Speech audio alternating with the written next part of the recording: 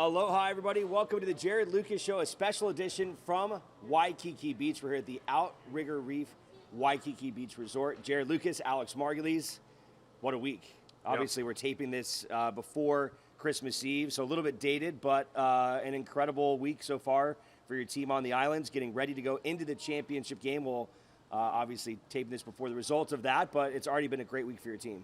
Yeah, 3-0 start for us, being able to knock off a Big 12 team last night, and then being able to beat Hawaii at home as well is no easy feat. They're a hell of a team, and then obviously starting off the tournament beating Temple. So 3 great wins for us to start this week and a half long trip. So hopefully we can get the last one done tomorrow against Georgia Tech. Obviously you came into this thing with high aspirations, but to come in, let's start with the first game against Hawaii, the Rainbow Warriors. Those guys had a really strong front court that kind of asserted themselves early in that game, but you were able to get them into foul trouble, in particular Da Silva. What did you make of that game against Hawaii? They certainly gave you guys a challenge. We knew they were going to be a good team. They're a veteran-led team. And speaking of the Diamond Head Classic, they had the reigning player of the tournament in Javon McClanahan, so we knew we were going to have our hands full with him. And they gave us a dogfight, took us all the way down to the last possession, and it's never easy to win on the road. So great win for us. All right, let's go into the Diamond Head Classic. So you guys open a play against Temple, and in that game, Nick Davidson, what a just beastly performance. 19 points, 16 rebounds. I know Nick has had some great performances, but that was on kind of a different level for him. Yeah, Nick works his butt off, whether that's in the weight room with Coach Eck or on the court with all the coaches. He deserves everything he's gotten, and I know he's been for quite some time trying to crack that double-double, so he was able to do it, and getting 19 and 16 was a great job by him. Is Nick one of those kind of guys that maybe when you play somebody else, they look at him and go, I'm not going to let that guy beat me, and then he just blows by guys? Not to say Nick isn't an amazing athlete, but there are some guys that can jump out of a gym, and yet he is still able to move around them. Like, he's savvier. Yeah. Talk about just the way he is able to maximize his skill set. He's so versatile, and I think, especially in college basketball, Nick can guard, honestly, 3, 4, 5, and maybe even 2, 3, 4, 5. With his ability to switch on ball screens, it helps us. When we play against anybody, then you look at him on the offensive end, it's hard for big. You put a 5-man on Nick, he's too quick. You put a 4-man on him, we could throw Nick in the post, and he can get some buckets. So, like I said, he's versatile, and he's done a tremendous job on this trip to Hawaii.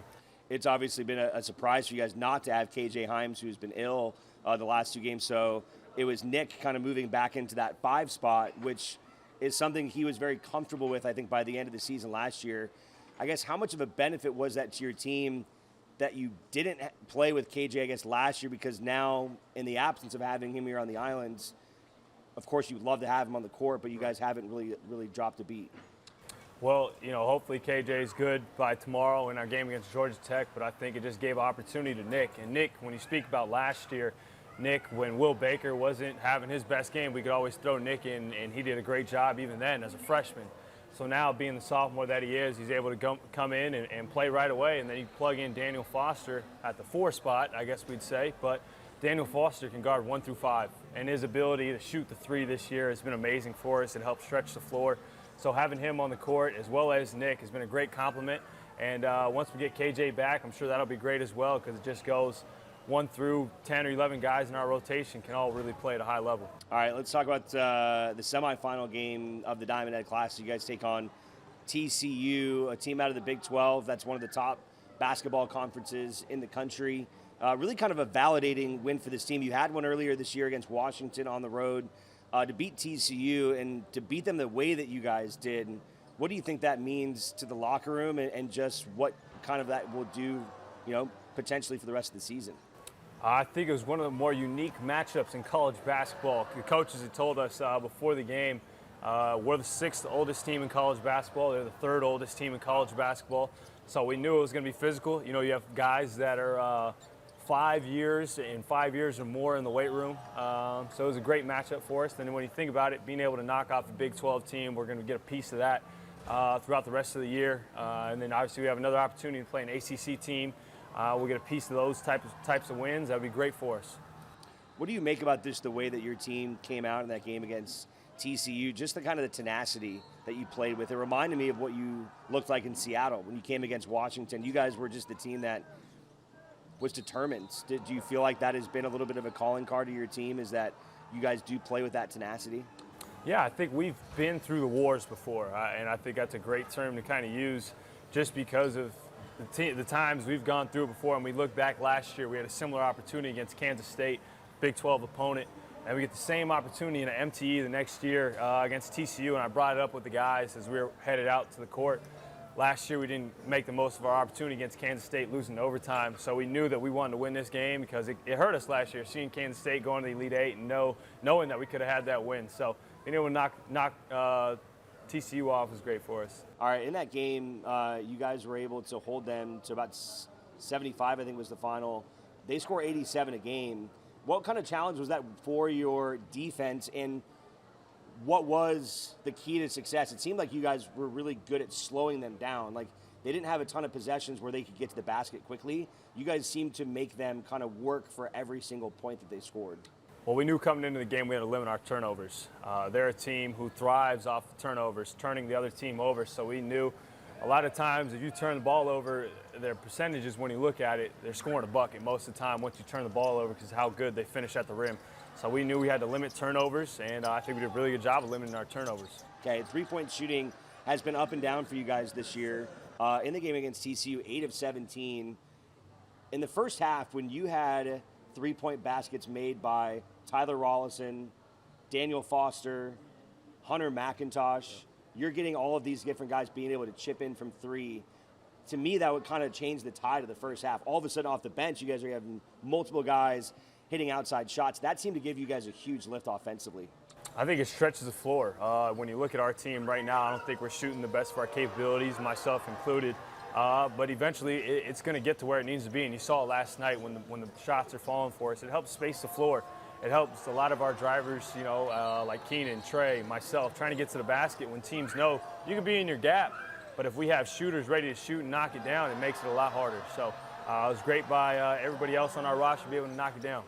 All right, obviously, again, we're taping this December 23rd, so a little bit ahead of time. We won't know what's going to happen in the conclusion of this thing when you guys play, at least as we're taping it now, against Georgia Tech in the finale, again, in the Diamond Head Classic. But I imagine, regardless of how that thing shapes up, of course you want to win a championship. You have to feel like this has been a successful trip no matter what. It's been a successful trip for sure. But, Coach always mentions it, and me being a fifth-year senior, you always got to finish the job. So we got a hell of an opportunity against an ACC team in Georgia Tech, who's already beaten Duke, already beaten Mississippi State, and already beaten Penn State. So they have plenty of quality wins, so hopefully we can do our job and finish this trip and make it even better. All right, so it's our third episode of the Jarod Lucas Show. I want to thank all of our partners in support of this project, Key Acura of Reno, Wolfpack Moving, as well as Bradley, Drendel, and Janae. We'll be right back from the Outrigger Reef Waikiki Beach Resorts. More of our show right after this. Good morning, Honolulu, Hawaii. After a Wolfpack win, it's a little rainy right now, but amazing vibes, especially after a win. Now let's just take a look at the view. View of the city, view of the water. Beautiful, man. Go Pack. Hi, Jared. Right here on the bus. Getting ready to go to Pearl Harbor, take a look at everything. Got my boy TC, my boy K, my boy Hunt.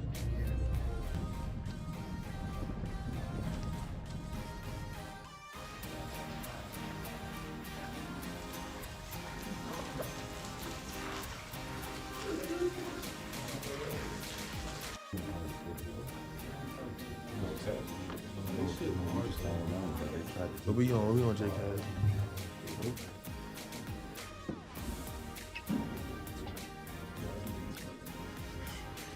Drake on me here, having a great time. Pearl Harbor.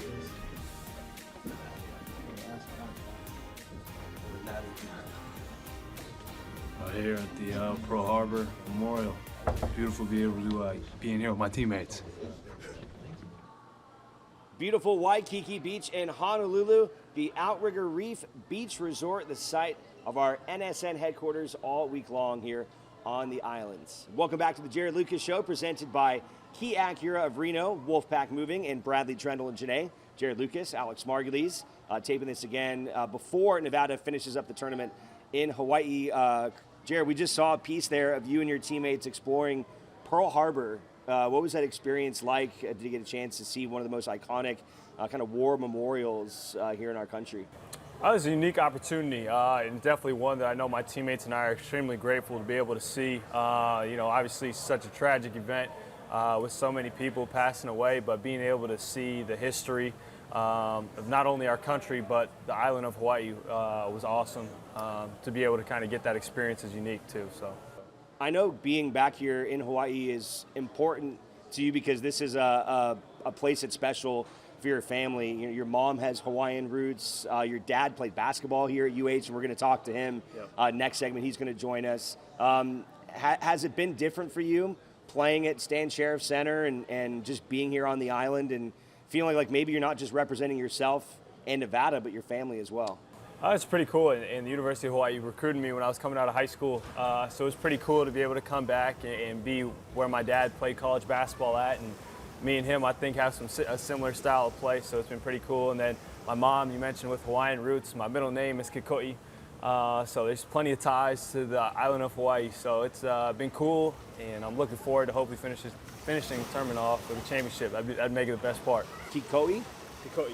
Kiko'i, do you know what that means? Is there like a translation? We might have to bring my dad in here to help me out. All right, we'll chat with Jeff about that in a second. All right, since you've been here on the islands, have you had a chance to dabble in some of the local food? I mean, I know you guys get like food as a team and stuff, but is there anything you've gotten that you wanted to get? I know there's a lot of special kind of things out here. Yes, there are plenty, and they're both sweets. One of the first things I wanted to get was haupia. Once I got to the island, I got that. That was right away. And any type of lihimoi candy. Yeah. So I think I have 3 bags like gummy worms up in my room. So I've been going to town on those.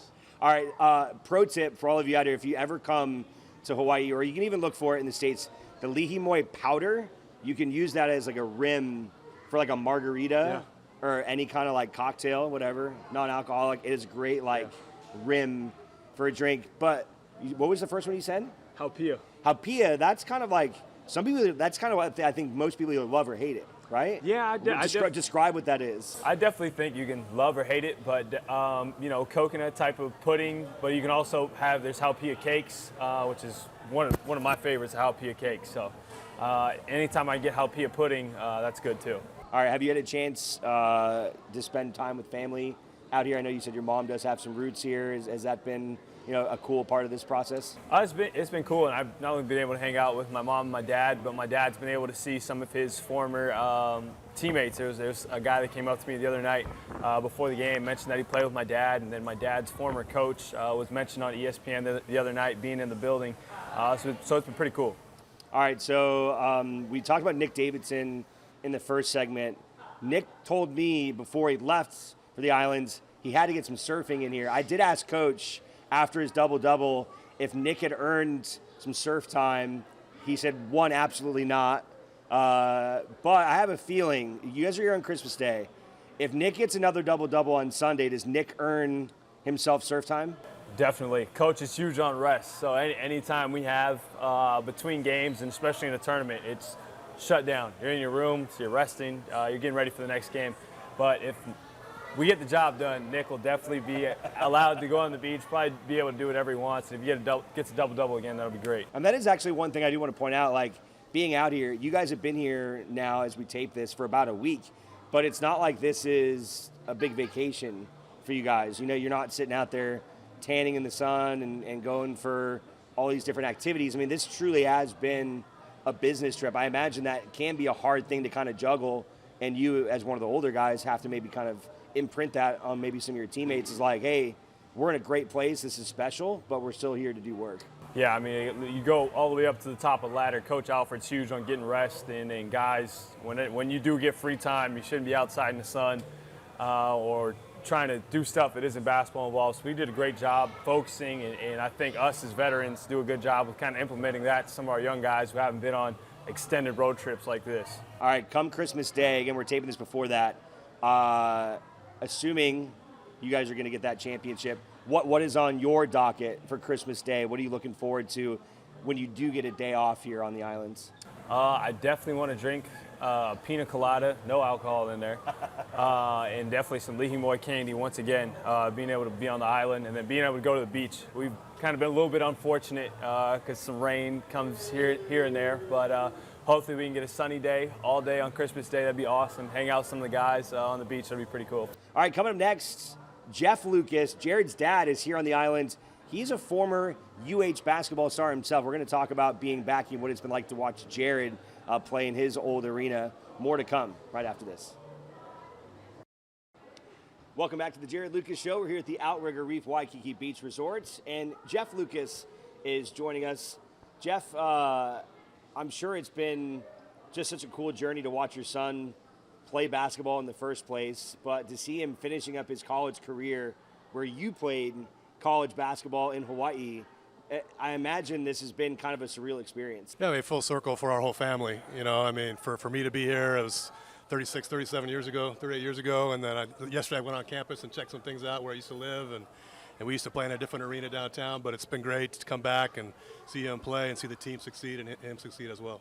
All right, so brag on your dad a little bit because he's been an amazing coach for a long time, coach at your high school, actually even coached one of your teammates, Jazz Gardner, who played at Los Altos High School. How incredible has it been to have the kind of relationship that you guys do as kind of this father-son, coach-player duo? Yeah. I mean, I've said it before, my dad's, the one that, showed me the game of basketball. So obviously I'm forever grateful for that. And then being the dad that he is, has been special. And then being able to make it to tournaments like this has been cool. And, a lot of people say when you look back at it, or the way my dad used to play is pretty similar to me with his ability to shoot the ball. So a lot of his friends and our family always compare our shot and whatnot. Obviously it's probably one of my better skills, shooting the ball. So I always like to say I got it from him, and he's the one who's helped me along this journey a lot. So. Do you feel that way? Do you see Jarod and go, dang, like that reminds me of me? Like Some, but we always talk about, or my wife always brings it up too, about her side of the family giving him the toughness and the aggressiveness, whereas maybe I didn't quite have it. But I mean, he's a better player than I was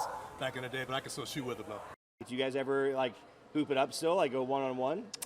We don't play one-on-one, but anytime we can get the opportunity to play horse or whatnot, we do. And I think this might be, he might not even know it, but my 5th year in college, anytime I go home for Christmas break, we always go to the gym and get shots up on Christmas Day. So this will be probably the first time since my senior year of high school. Maybe I was in the gym my senior year of high school so probably the first time in 8 years we're not in the gym on Christmas Day. You guys would probably find like an outdoor court. We could maybe find a place to hoop. Well, we'll see, man. He's got the keys to Los Altos, so.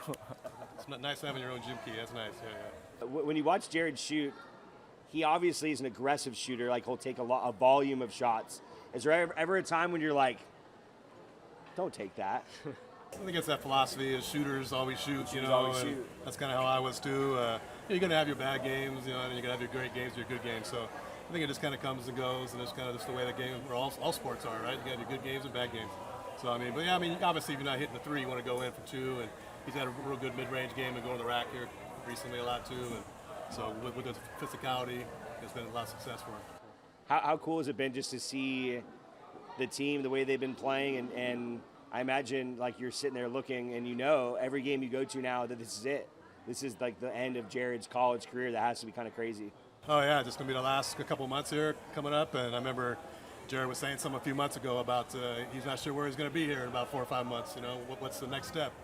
But we're always there supporting him, me and my wife, and my wife's had a lot to do with his upbringing and his values and characteristics that he has, and we're very, very proud of him. When you kind of look back at your time, Jarod, like playing in college, is it starting to kind of hit you that every time you step out in the court, that your kind of days are running out in college? Oh, it hit me going to this tournament. This is my last time playing in an MTE, playing in the tournament. So it's been crazy, but I've been fortunate enough to get an extra year through the COVID year. I'm playing my 5th year of college basketball. So it's going to be unique, and yeah, it's definitely hit me at each game is probably my last one playing this team, last time playing this team. So, was there a moment watching Jarod growing up that you kind of knew, all right, like he's going to be able to do this and do it well and have a career for himself in this? Right. I think it happens at a very young age. We've talked about it before. I think maybe that even at early as 4th, 5th, 6th grade, you can kind of tell when guys haven't and when guys maybe don't, or they're going to have to improve a lot. But, he's always been one of the better guys out there, and his work ethic is unmatched by anybody. And, he did a lot of stuff on his own growing up. Obviously, I was there to help, but he did a lot on his own when it came to working out and getting shots up in the backyard or down at the gym. Yeah. And that started all the way when he was young. My wife always says when she was pregnant and he was in her womb that when the ball was bouncing around the gym, he was moving more. And his first word was ball. And and just my grandpa, well, my dad or his grandpa had bought him a little ball at the market, one of those real cheap kind of small balls, like a handball type, lightweight, real lightweight. So you can kind of get it up there when he was like 2, 3 years old, get up to the 10-foot basket. I love that. That's kind of how that all started. That's a good story from way back.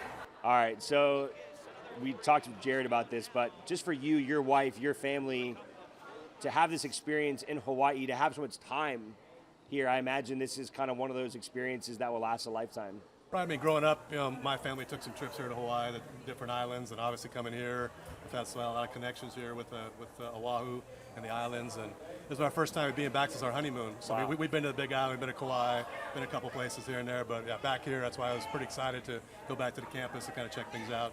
And just full circle with him playing, it was great. Playing against your old team, it just had been kind of nuts. nuts. Oh, yeah. A long time ago, but yeah, my team back then, yep. Jeff Lucas, Jarod Lucas, good to have you guys both, and enjoy the rest of your time out here, and Merry Christmas to you guys. Thank you, Alex. Merry Christmas to you. All right, we'll be right back to wrap things up here on this week's Jarod Lucas Show right after this. Thanks again to the Outrigger Reef Waikiki Beach Resort for hosting us all week long, and our sponsors of the Jarod Lucas Show, Key Acura of Reno, Bradley, Drendel, and Janae, and Wolfpack Moving. We'll be right back 2 weeks from today on our next episode of the Jarod Lucas Show. That'll be our 4th. We'll eventually have 9 episodes of this program. Next one's coming up on Thursday, January 11th. I want to wish you all a great happy holidays, happy New Year's. I'm Alex Margulies saying so long from Hawaii. Check out more at nevadasportsnet.com. We'll see you there.